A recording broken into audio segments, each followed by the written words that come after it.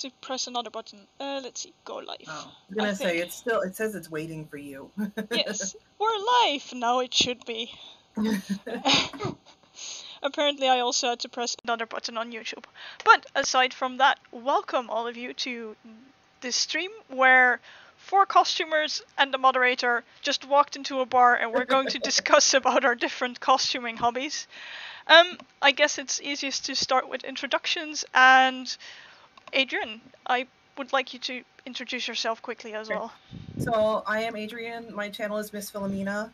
While I am also a costumer, I am just here to moderate and to keep these chatter boxes in line, because one of us decided to do this in the middle of a busy day, and we have a tight time schedule. All right, so who wants to hop in next? If we go by who's visible on the screen, that would be Sir Granthony. Hey. Hello, I'm Sissant, otherwise known as Grant, or Granthony, if you will. And I'm one of the aforementioned chatterboxes, so I'll try to not verbal diarrhea too much. I am a cosplayer. Here you can see my Witcher 3 cosplay, which I've handily put in the background. I am the cosplayer in this panel. I am also somewhat of a hobbyist leather crafter, so that's the perspective that I shall be adding into this little chat. And he's from Australia and woke up way too early for this. Yeah, so you'll also notice me going through my mug of coffee as we continue. Faye? Alright, I'm Faye. You can find me on my YouTube channel, Faye Sterling. I am a member of the SCA, which is... I like to describe the vibes best as a mountain warband campaign, where you just have this weird amalgamation of time periods and cultures. But I try to keep things as historical as I could. And so that's the perspective I bring here. And I'm Katie. Yep, my channel is Latina Living History. And I am the living historian / reenactor for this panel. I mostly do events that are at historic sites or work with museums. And so that's the perspective that I'm coming from. I have worked in that field. I do not currently, but I do it as hobby when we're allowed to have events.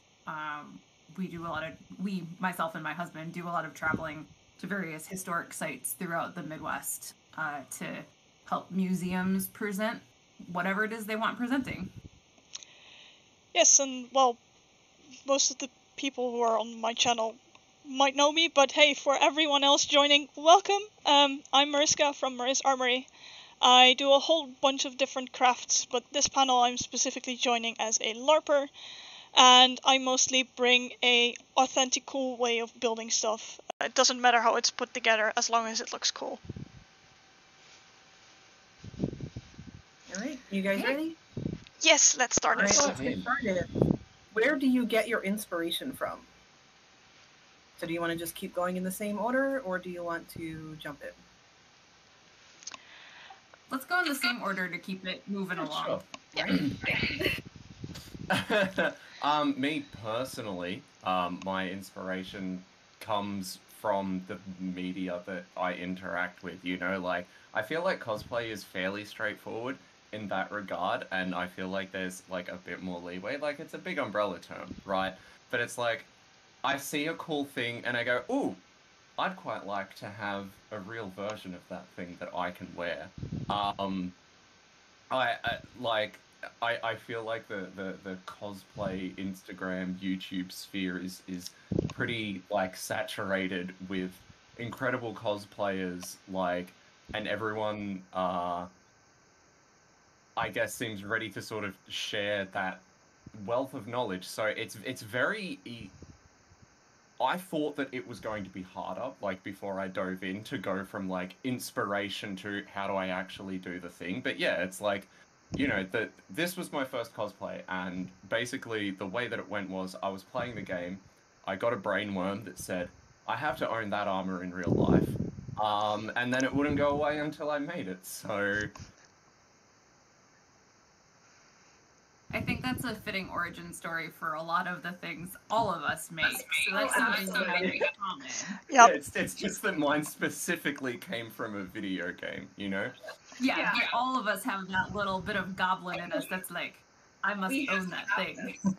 Right, but it's like you know, oh, I must own this thing, and then I'm like looking on Etsy and like, you know, in like eBay and all that sort of thing for versions of the costume, and then there's like the companion brainworm that even when I find one, it's like, that's not right, that isn't quite right. I could probably make that better myself, and then well, here we are years later. I mean, that basically describes our thought process here, too, because I've also talked on my channel about what got me into the specific periods I do are books that are actually very historically accurate, that got me really interested in the nuggets of the periods that I now do, and then I just kind of, instead of just going straight for the source material, I went into the historical material because I am a massive dweeb, and thanks to linguistics, I got into history.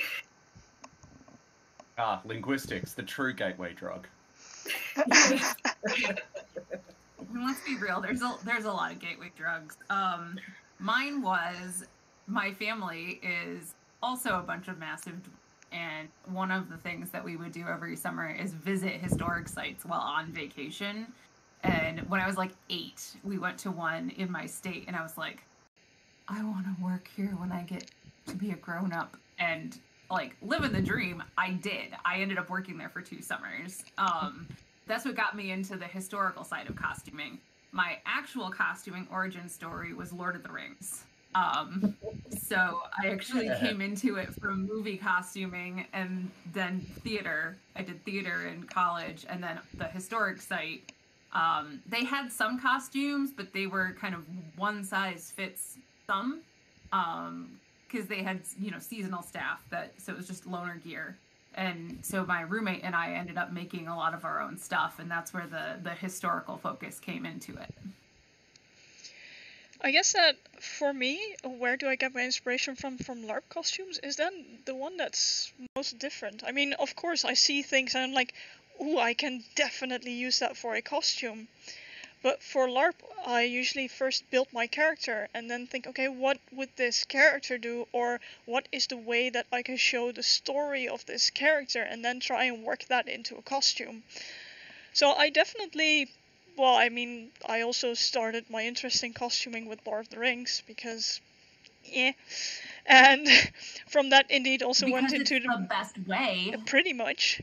And from that also went into movie costumes, and, well, somewhere in secondary school I learned what anime was and sold my soul to it and started cosplaying. And from that I was dragged into LARP by people who said, oh, you're doing cosplay, you might enjoy LARP as well, let's join your event, and then I resold my soul to LARP. But for LARPing, it's indeed, I don't know, it's similar ways of designing the actual costume itself, just going like, okay, what are interesting things I found on the internet? But for LARP specifically, I also want to work, okay, how can I tell my story with a costume? And just... Yeah, it seems like for you there's sort of would be less like direct mimicry and more sort of like going on, like having a starting point and sort of branching out from there. Yeah. Yeah, and I see some of that with living history too, in terms of you're telling a story. It's just a story of a specific time and place. So, you know, the clothes that I make are heavily dependent on what historic sites we're going to be at, or what the presentation is that we're going to be doing. I don't do first-person interpretation, so I don't actually pretend to be a person from the past.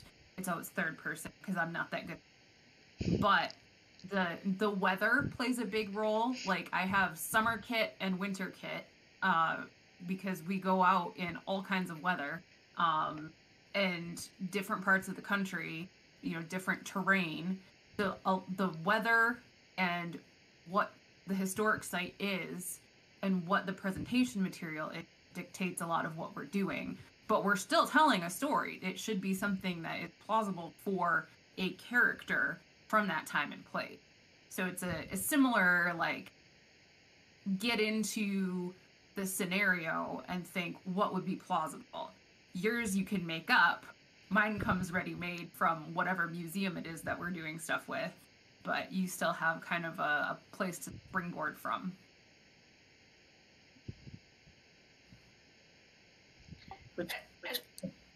We're gonna revisit that topic. I would have taken us to a far distant field of what I was about to say. Well, we've got a little something else. We're going to do another question first, and then we'll kind of sort of... I have one small note in between that I forgot to mention at the beginning. For anyone watching, please ask questions in the comment box. We will note them down, and there's time for questions at the end. So if anyone... Yeah. I'm watching anybody who's chatting down here. So if you have questions, I will make sure they get answered at the end. Yes. All right. Okay, so let's go to question number 2. How do you decide which materials to use? Oh boy. Oh jeez. I foolishly decided because I decided that it would... I can answer this for Grant. Oh, good. Okay, no, I want this. What would be the most difficult and most impressive to get it right? And was like, I'm gonna do that. That's what I'm gonna do. I feel so seen. I approached my cosplay from the angle of I kind of like describe it as sort of like the opposite way of like sort of, you know, movie props, where you would say, okay, what can I make it out of that will sort of like look and be a good facsimile of the real thing. I sort of went like, okay, if it were real, like if the game were real, if a portal opened and Geralt stepped out through it, what would this stuff actually be made of and what would actually go into it? And it's like, I looked up like how historical like gambesons were made, so help me, like this thing is made out of like linen and wool, and I mostly use leather, and for me that was kind of like cosplay was my gateway into leather crafting. I just really enjoy using the material, and so wound up making a lot, like just finding excuses to make stuff out of it. But yeah, that was the way that I approached it. I know that obviously I'm not speaking for all cosplayers, because I have since then tried to do more stuff with like foam and Warbla, and that stuff is the devil. Alright, foam and Warbler doesn't play nicely with me, and I'm still really trying to get my head around that. You also live in Australia, where it gets super hot, so Warbler probably isn't the best material for you anyways. Yep. I mean, true. But no, I absolutely have no idea, and leather is absolutely not a gateway drug into just making projects because you want them to. It's like, oh man, this is so much fun to work with. Yeah, well, what else can I make with it? No, it turns out just any excuse, really. Yeah. Like, because I am the dweeb, I am trying to stick as much to what materials would have been used on whatever garment I'm making in history, so I use lots of linen, lots of wool. I'll be making my first silk gown sometime this fall, which I have... But I still have, like, a massive addiction to wool that Katie does not help at all with. He has sent me not sponsored. Not sponsored by wool producers of the world, but it could be.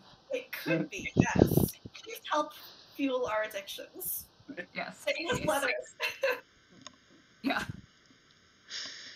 So, like I mentioned before, the weather plays a big role in how I choose my materials, because most of the stuff I do is outside. And so, you know, natural fibers are the dream. These days, very difficult to find wool in particular that doesn't have a little bit of synthetic blended into it because of the way it's milled. And as long as it's not a health and safety issue, I don't have a problem with that for me. You know, some people do, and that's fine.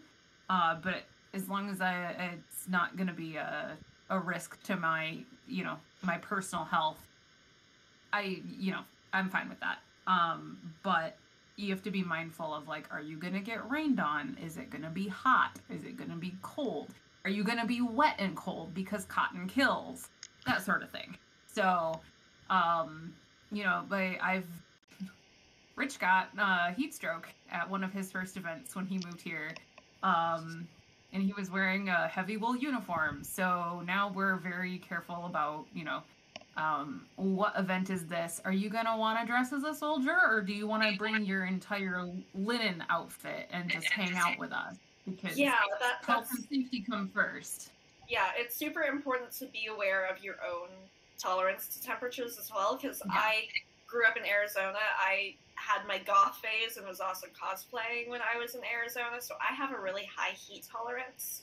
So I can get away with wearing wool in summer and wearing heavier weight wools, but other people cannot. Yeah, Rich is from England, and he thinks he died and went to the hot place, even though we're in the northern west here. And the event that we went to where he got heat stroke was in Canada, so roughly the same northerliness. He would die in, like, Texas or Arizona, potentially literally. So that's definitely how I pick my materials, is what's going to keep us from being dead. Exactly. For me, I guess it is a case of what looks good. It's also partially already from the design phase, because occasionally I'm like, usually when I make a costume or design a costume, I want to do at least one new thing. And the last few costumes, that has quite often been leather work. So then, of course, there will be some part of leather in the costume. But other than that, I basically, what looks good. For example, I'm currently building an Uruk costume that has everything and a kitchen sink on it, because it looks good. And also, the Regency dress I've got here behind me, which is actually for a LARP, it looks good. It's completely synthetic, probably, or maybe not. I actually still haven't figured out the fiber content entirely, but I don't care about that. Someone actually gave me the great rule that for LARP, as long as it's authentic cool, it goes. So if it conveys the general era, if it conveys the general genre you're probably going for, then sure, go ahead, use whatever. Again, do have some safety considerations in mind.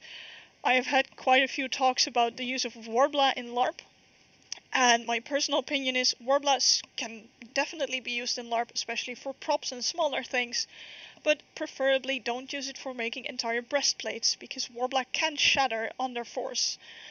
So, do use Warbla in LARP, but do think about how to use it.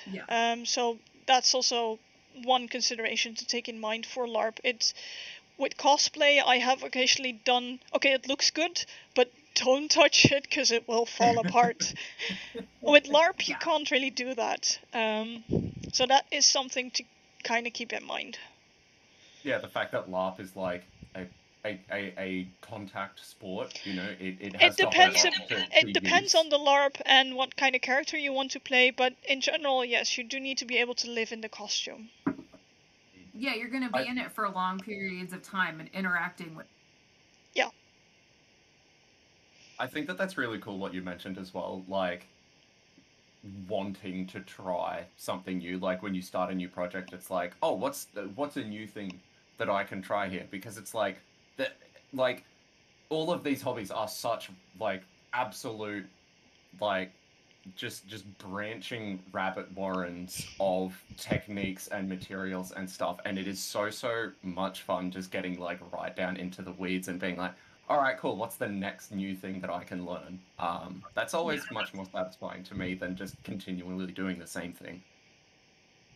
I will say there is a place for something that you know you can succeed at. The Josefina dress that I made last December, it's a kind of a historically accurate doll cosplay, but like I already knew all those techniques. I already knew the historical and the shortcut ways that I could do it, and it was really satisfying to just kind of like get into that mode and go, and then be like, I have a dress and I really like it, and it's done. So there is room for that.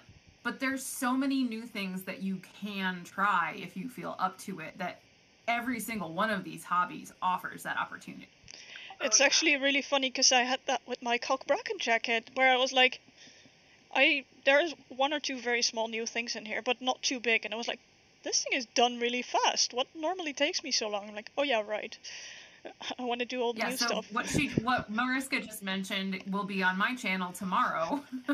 You can see the jacket that she made. Are we ready to go to the next question? I think we are. Oh. Okay, so this ties into both the previous question and what we got to at the end of question number 1. And that is, does the way you construct your items influence the final look? Oh, absolutely. 100%.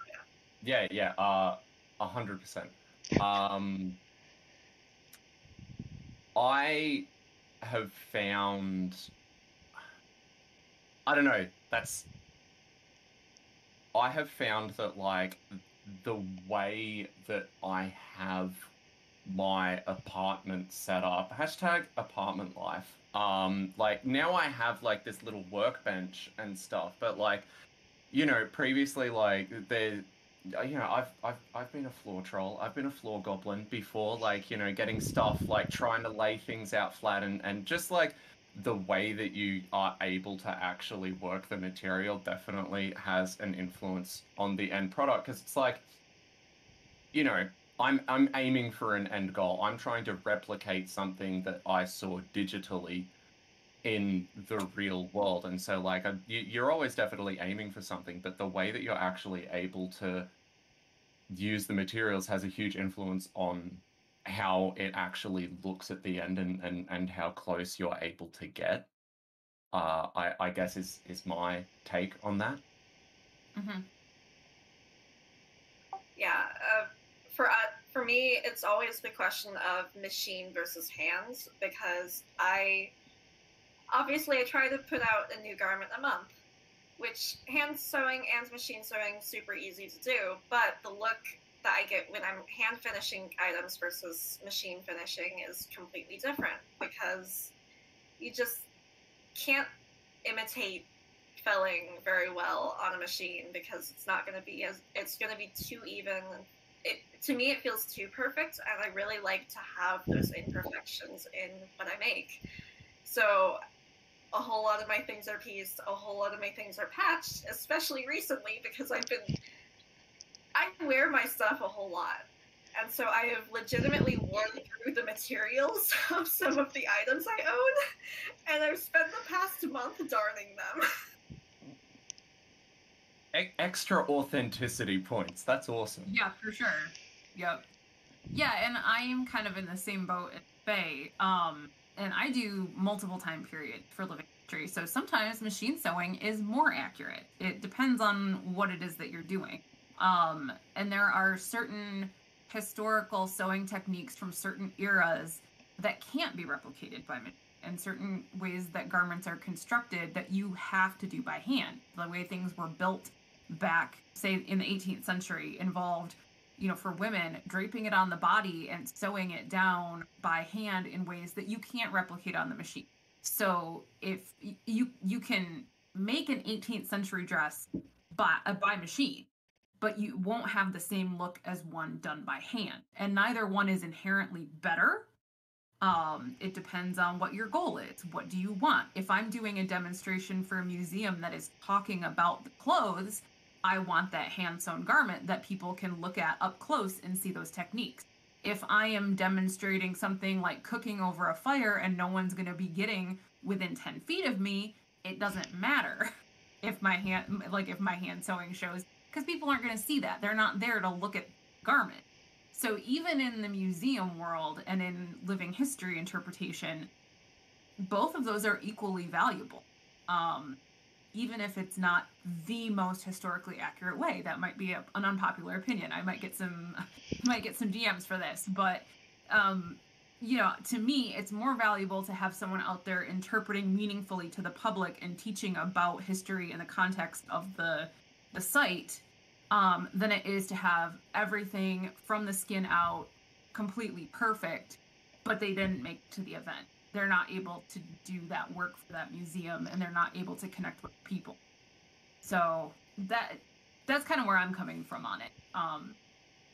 Yes, it does change the look, but there's room for both. Yeah, definitely. I find it interesting, like what you were saying, that it, like, the because from living history, you're sort of like coming at it from like an educational perspective. But like, yeah, it's so interesting. I hadn't really considered that. Like, you're not always doing education on the same sort of points, and depending on what it is that you're trying to get across. Yeah, that's super interesting.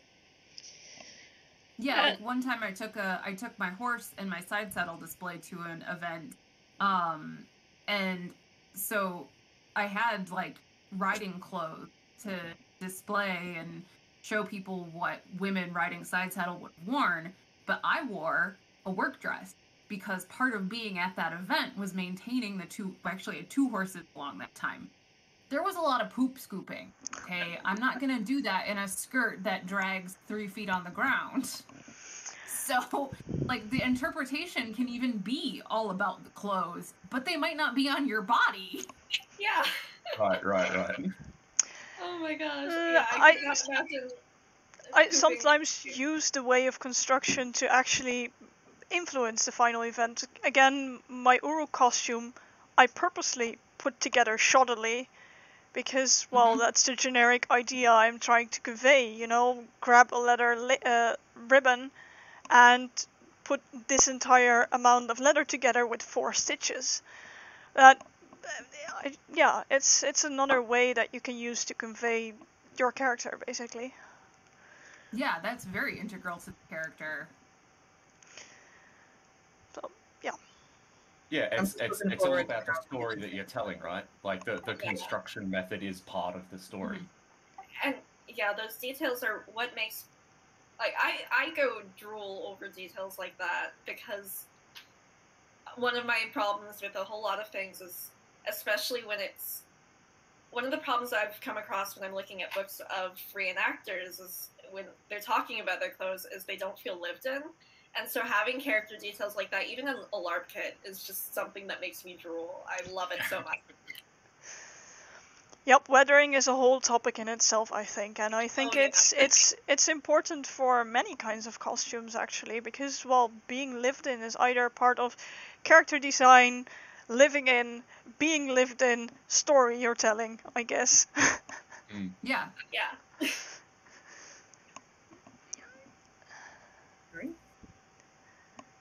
All right, next question. What are your top priorities when making something, especially if and when something goes awry? Oh boy. Oh geez. Stuff does go awry. When stuff goes awry, my top priority is normally swearing at the top of my lungs. But when I'm... for me, right, it is... I'm so focused in on the fine details. I maintain that tiny little details matter an incredible amount, and they add so much to the glance value. For example, there are a couple of belts that go around that cosplay's waist. And the first time that I took it out to a fair, I didn't have time to just put, they're belts just with some stitching down the edge in a thread that stands out. And the first event that I went to, I didn't have time to stitch the belts.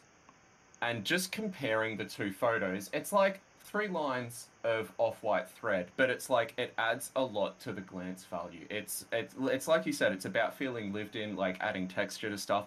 And so like when I'm making my Witcher like outfits, like thus far cosplay for me has been taking 100 screenshots of the thing that I'm trying to replicate, zooming right in, being like, okay, so if this belt is an inch wide, that's 25 millimeters. So that means that the stitch length should be like really dialing right in, because I find that when you get those details right, zooming out, it like the glance value is super important with something like that.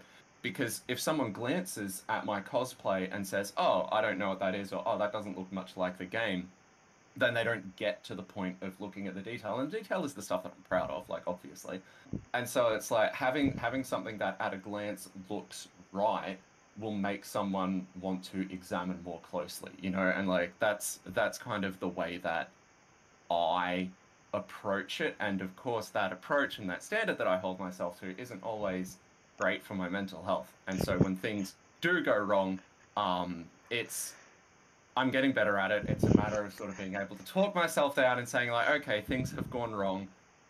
There are two paths. Something either goes wrong catastrophically and you have to restart, which is fine because then you're doing it with the experience of having done it once before, or things go wrong in a way that can be fixed, which is also fine because then you can fix it. In practice, there is a lot of swearing though. Yeah, I am also a swearer. Usually things are involved with stains or the cat. The cat. The cat.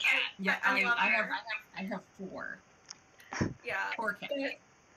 Unlike Greg, I don't think too much about the really small details. Like, I have a tunic that I made for fighting. I also made it technically for my Wanderer video, where I did a masculine Viking Age outfit too, where it is legitimately held together with centimeter-long stitches because I just had to get it done.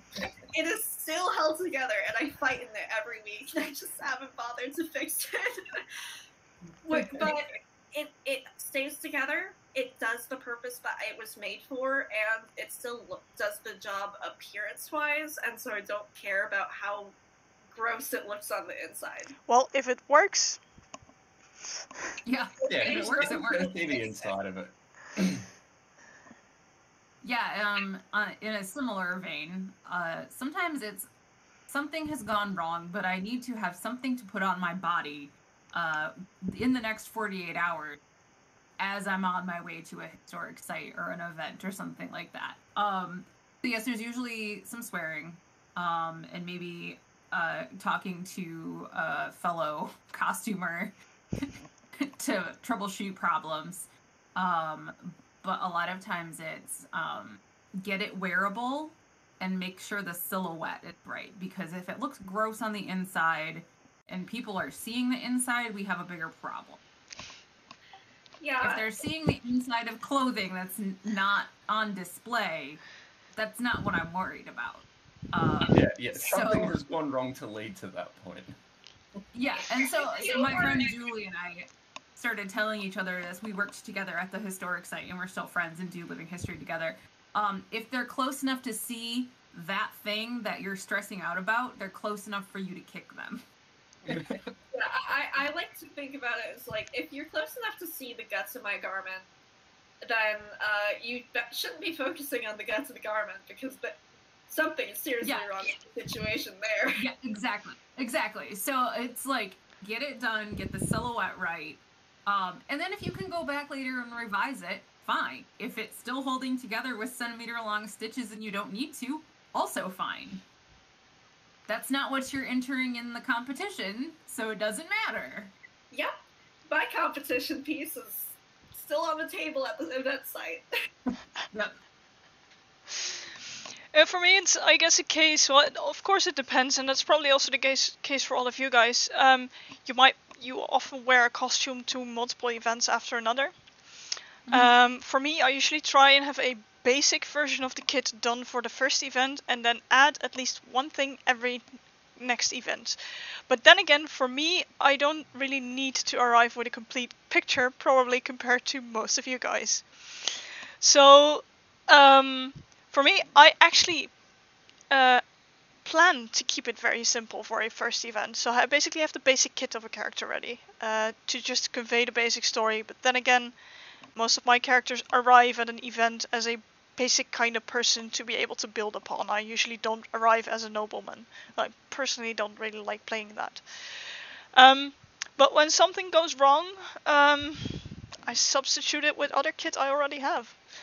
I mean, that happens sometimes too. I've been costuming for quite a while already by now, and I mean, I've bought some stuff before I started making it, so I can either substitute it or fall back on basic things, drape something. But that's more of a NPC kind of thing, because of course on LARPs we have both players and NPCs walking around. And that's also a thing for NPCs. They usually walk around with pretty improvised kit that was pretty improvised on the spot, grabbed something from everywhere. Oh, you can borrow my stuff, and add a whole bunch of fabric and safety pins on them. Yep. Yeah. So that's, Cool, like, I mean, it's compiling a costume, totally improvising sometimes, which I guess is also part of this question, except that it doesn't really go awry. It's just planned chaos, I guess. At some point. Yeah, I've yeah. sewn people into their pants before.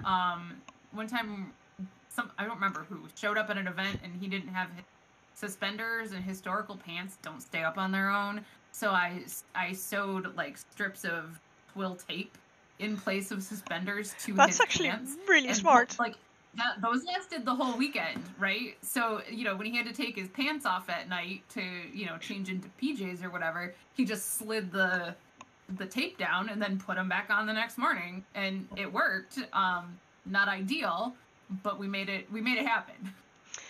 Yeah, and especially as you spend a lot of time doing whatever hobby you're doing, you end up having enough of a wardrobe. So, like, about a year and a half ago, I was attending a very similar event, except I was sewn into my dress. Because I had to make modifications the night before, but now I've actually made multiple outfit changes today because of what I was helping with teaching with. Mm-hmm. Yeah, I just think that one great thing about... Go ahead.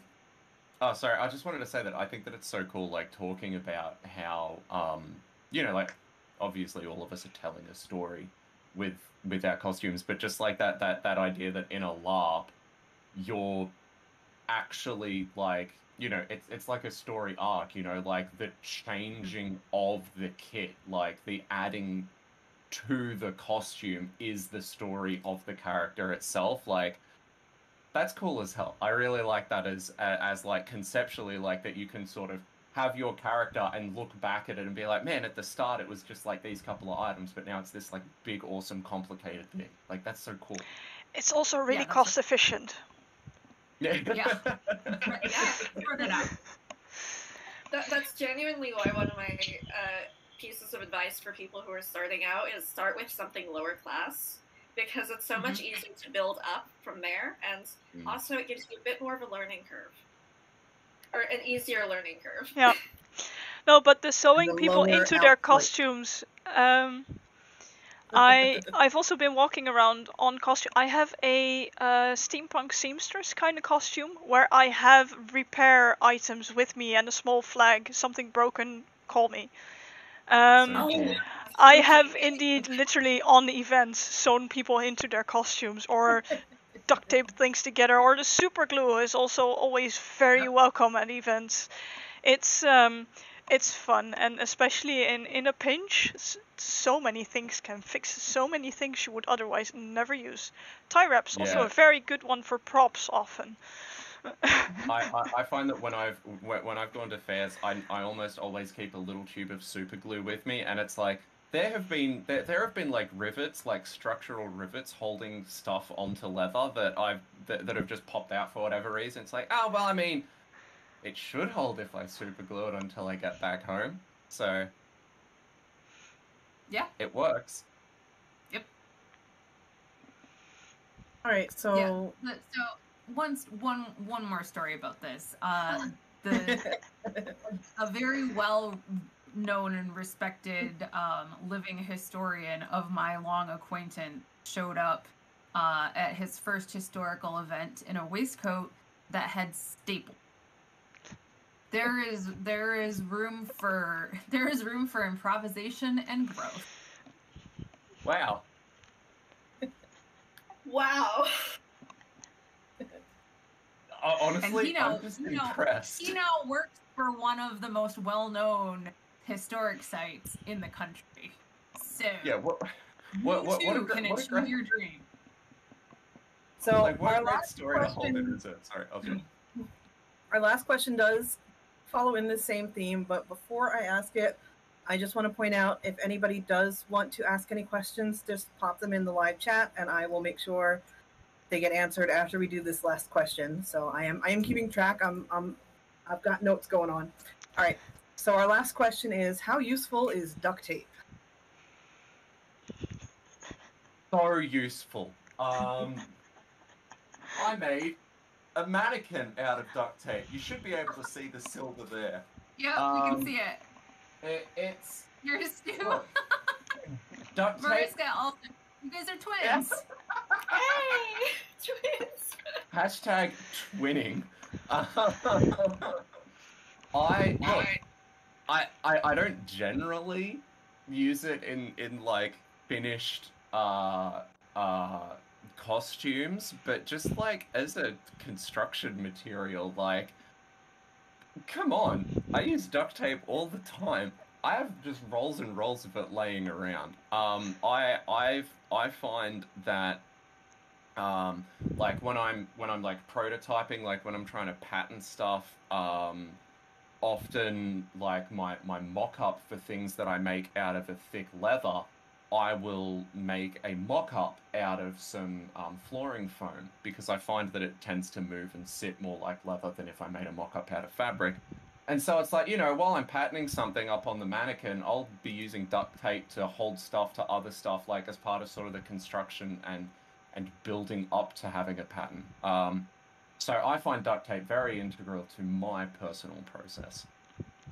Actually, somewhat adding to the mannequin story. Well, this is of course a duct tape dummy of my partner, and this torso armor was made for him. But I don't want to call him for any kind of thing, for everything. So I try and use the mannequin as much as possible. But this entire leather armor I also patterned out by putting another layer of cling foil over the duct tape dummy, putting another layer of duct tape over that, drawing out the pattern, and then cutting in between the cling foil and duct tape, and then I could just cut out the pattern of the entire armor. The only thing I had to do was add seam allowance, because of course you can't, but then you have a person-sized pattern already. You just need to make sure that symmetry, if the person is really asymmetrical, you need to sort of adjust for it, but in this case I didn't really need to do it because the armor is adjustable in itself.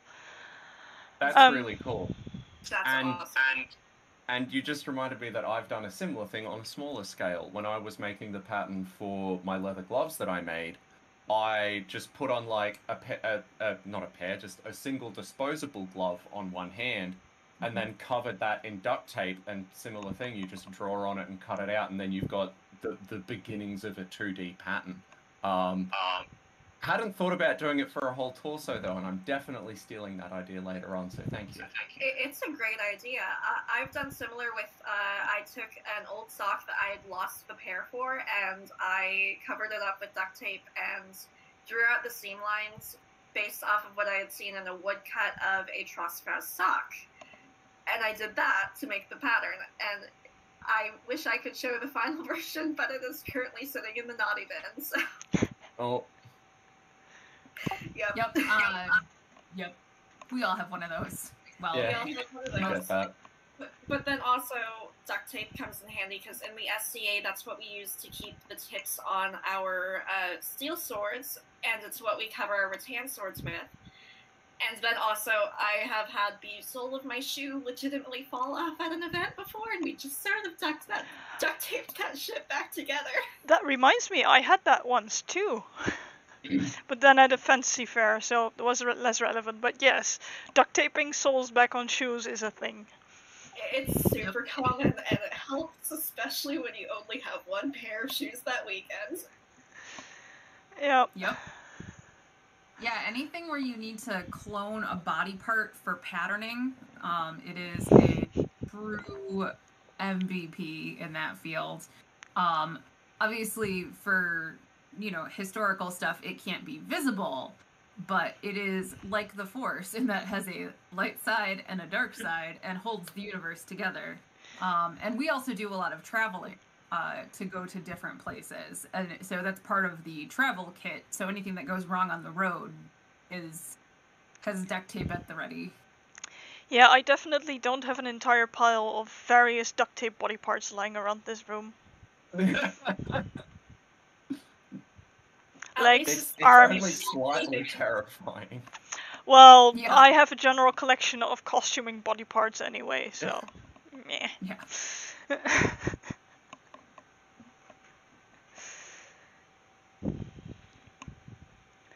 Sorry, I have to mute myself because somebody is very noisily mowing the lawn outside right now. So I'm thinking you guys don't want to listen to that. All right. If you guys are good on those questions, we do have a couple questions from the chat box. Yeah, let's do it. All right. So Flying VS Farm asks, do you ever cross hobbies with the same kit? I actually have. I have worn my Viking Age kit to Comic-Con before because I made it with the character Gisela from The Last Kingdom in mind. So it's a more historical take on her. And then I've also shown up to Amtgard, which is one of Texas's local, I think it's US-based as a whole, local LARP groups. And I have shown up there in my Ukrainian Cossack kit and did a little bit of fighting. That's so cool. I'd been planning on wearing some of my Witcher cosplays to a local LARP, but then the global panini happened, so that got put on hold indefinitely. But I have not presently had mine pull double duty. But I feel like, you know, because I'm starting from a fantastical place, I can't go to a historical place with that, you know? I mean, we do have leather trousers that are patterned like yours in the 16th century. We discussed the codpiece situation before. That's right. I recall that conversation. Yeah, I mean, so just because you've started out as a cosplay, you know, person, doesn't mean that those skills aren't transferable to doing historical. And so in younger countries like the US and Australia, the early period stuff is a little tricky because there aren't like medieval sites to go to, right? But there are places that do a more education-focused interpretation of early period stuff, kind of out of context. So, you know, you've got skills that you could transfer into doing a lot of historical stuff. Oh. The leather work is huge, and you've worked with linen and wool. You already know what that's like, you know. So I have not taken my historical bent into, well, no, I have. I've done some fantasy costumes, not like out in public because of the aforementioned panini, but it, you know, the basic skills are very transferable. Yeah, no, that's a good point. And I do plan to get into more like actual historical stuff moving forward. But when you're building up that skill base, like I like to say that my hobby is collecting hobbies, you know, and those hobbies are transferable. Like the like you said, like the sewing, the leatherworking, like it's all the same materials, just put together in a different way for a different reason, I guess. I have been able to take literal cosplay kits to LARP events. Mostly, again, for NPC characters, because using a generic cape in combination with the general NPC kits that the event itself has, it's generally transferable. I mean, I made a Mirak cosplay from Skyrim that's basically a long priest cape with gold embroidery on the front and tattered edges. Well, that works really well for your generic necromancer or whatever. Just give him another hat and no one will care about that. I also... the fun thing is, when I started my Weavess cosplay, I made a giant skirt out of many leather pieces. And someone actually commented on that, hey, that would be great for an Uruk kit. Plus, we've been talking about this already. Do you want to join our Uruk group? Oh, that's cool. Then actually, I was like, yeah, that's actually a really great idea. So I basically just reused the entire cosplay skirt for my Uruk costume. The only thing I had to do was make sure some snap buttons weren't visible anymore. But other than that, yeah, I think cosplay and LARP could be pretty transferable as long as it's not too recognizable. I would, for example, not recommend having a Captain America shield for your fantasy character or sci-fi character. Something like that. Plus, I know that there are LARP versions of Daedric weapons from Skyrim, but I'm personally not a big fan of them because I've seen supposedly farmer characters walk around with them, and I'm like, this is a bit of a disconnect. But that's a personal pet peeve of mine. Just Or like, especially with like crossover with LARP, Warhammer Fantasy, one of the groups that you could be in Warhammer Fantasy is almost like one-to-one with German Renaissance Landsknecht clothing. Yep. And so some of the greatest kits, all you have to do is like pop a seal on and call it a LARP kit. That also works for much of the Witcher kit. I mean, that's somewhere in that same... Oh yeah! Yeah, I mean, all the stripy bits. It's the similar aesthetic, right? Yeah. I think that you raised a good point as well, like with taking just pieces of the costumes, you know, like I tend to think of you know, a cosplay as sort of like a monolithic thing, but yeah, like you can totally just take bits and pieces that work and leave the bits and pieces that don't work, you know, and suddenly if the whole costume isn't transferable, then yeah, like the leather skirts are transferable.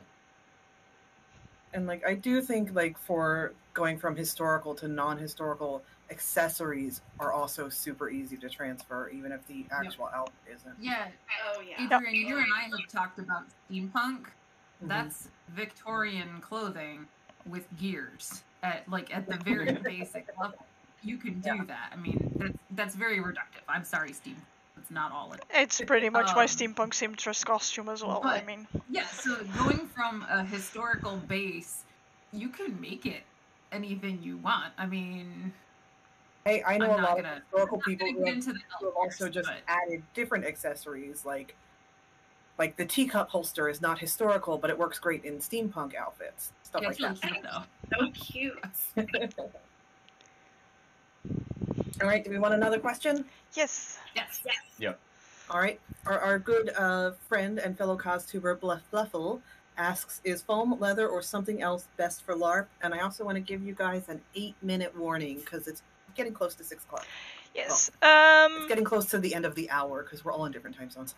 Because it's a LARP-specific question, I'll try to be short. It is a LARP-specific question. I would say leather is the best in that case, but if you can make something foam or Warbla which is sturdy enough to hold up on the task that you want to use it for, go ahead. I've seen great foam armors, and I'm personally still a big fan of Warbla bracers or such in LARP, just not entire full breastplates because of the aforementioned probable breakage. Also, don't do foam or Warbla helmets, please. Leather helmets, depending on the type of leather, sure, go ahead. But yeah, just make sure that whatever you're building stands up on the task that you want it for. You don't want a steel hood that's going to shatter? Yeah. And you definitely do not want to get yourself head trauma, light head trauma all the time, because that's what happens in the SCA if you don't take care of your head. And Warbla specific, it is a plastic, and if you shape it in a certain way, it can have sharp points. Generally speaking, at least here, the LARP weapons we use are latex foam-based weapons. They can be damaged on Warbla, so also if you're making something, make sure that it has no sharp edges. Good point. All right, we do have one more question from the live chat, which is also for Mariska. And Melissa of So Biased wants to know, where did you hide the bodies? The families need closure. Shall I just click the stop streaming button now, or shall I still wait a bit? We had technical difficulties. How strange. So strange. All right, since we've got 5 minutes left, do you guys have any other final thoughts or anything? I thought it was all super of these informative. Are for anyone. Yes. Yeah, all of these are really for everyone. And you occasionally see some people commenting on stuff like fiber contents and everything. Personally, I was just talking about this earlier on the Cozy Discord. As long as you are not a person actively working with fire, go ahead and do whatever. If you're working with fire, yes, fiber content is important. But other than that, if it has some amount of synthetics in it, I mean, if there is a choice between being able to afford the fabric or being able to not afford it and have perfect fabric, go for the affordable option, please, and just enjoy the hobby. As long as it's weather appropriate. Yes. Yeah, and weather and fire. Weather and fire, and also sensory issues, because I know some people are allergic to wool. I don't like synthetic fibers because I feel super greasy when I wear them. So I just don't. Yep. Yeah, and what someone else's outfit is made out of is nobody else's business. Yes. And if someone does that to you, let me know, and I will throw hands. The only exception is when they want to know where you got the fabric, so they can buy the same. Yes. Or the allergy thing. Like, I can't hug my mom while I'm wearing wool because she will puff up and. Yeah. But yeah, it's like it really is easier to get into than you think, and if anyone is standing like on the precipice of any costuming hobby and you're, unsure about like jumping in, my first con that I went to in costume, I was so nervous. Like, I couldn't sleep the night before. It was great. Everyone is so welcoming. Everyone is just jazzed to have another new person in the hobby that they can talk about their cool costumes with. Like, it is so welcoming. At least, obviously, we can only speak from our own experiences, but it's easier to get into than you think. Legitimately have had probably the best experiences of my life in the hobby that I do, and I just showed up one day in a linen dress that was falling apart because I didn't know how linen worked at the time, and we just made it work. Depending on the LARP, just showing up in black pants and a black shirt is plenty enough to play an NPC. Depending on the LARP, but in general. Yeah, for living history, find a group that you fit in with, because a lot of times it'll be like a reenacting military unit or something like that. So one of the things that has happened over the course of the pandemic is that that hobby circle in the Venn diagram has kind of had the opportunity to move more toward a more holistic and inclusive version of history where it's not just guys with their boomsticks and blowing off black powder. So find a group that works for you, connect with people online, find a group you fit in with, and if you like the first group you tried isn't that's okay. And a lot of groups, both like the SCA, for example, with which both Faye and I are in, as well as reenactment groups, tend to have loaner gear for people who are just starting out too. Same for LARP and NPC crews. Yeah, between myself and my friend Julie, who I've mentioned a couple times here, we can outfit. I'm like 5'1" plus size, and she is 5'10" and straight size. So between the stuff that we've made over the last 15 years, we can probably fit you in. Then I think I want to thank all of you for participating. Thank you, Grant, for getting up so early. Thank you, Faye, for coming back from your event to actually attend this panel. And thank you, Adrian, for somewhat last-minute moderating, because it was very useful. I didn't even need to pull out the pokey stick. You didn't even need to pull out the pokey stick. And of course, thank you so much for having us. You let us know that you had it. I think it was very informative. I've actually learned a lot about all of the other hobbies and just general new insights, I think. It's always fascinating for me, like, hearing other people's takes on things. So this has been great. Thank you so much for having me. The only downside is now I also want to do cosplay SCA LARP. I think I need to get better at not mentioning the bodies, but other than that, yeah. Yeah. Rookie mistake, Mariska. Rookie mistake, yeah. And like you guys both tempt me back into cosplay every single day, which I mean, I'm going to a convention in January, so keep your eyes out. There you go. You can do it. But I I see Adrian the and I clock are gonna has go to struck Living History midnight. as soon as shit's open. I see the clock has struck midnight, so I shall end the stream here again. Thank you Yes. all, and Thank you. thanks everyone for watching. I hope you enjoyed it, and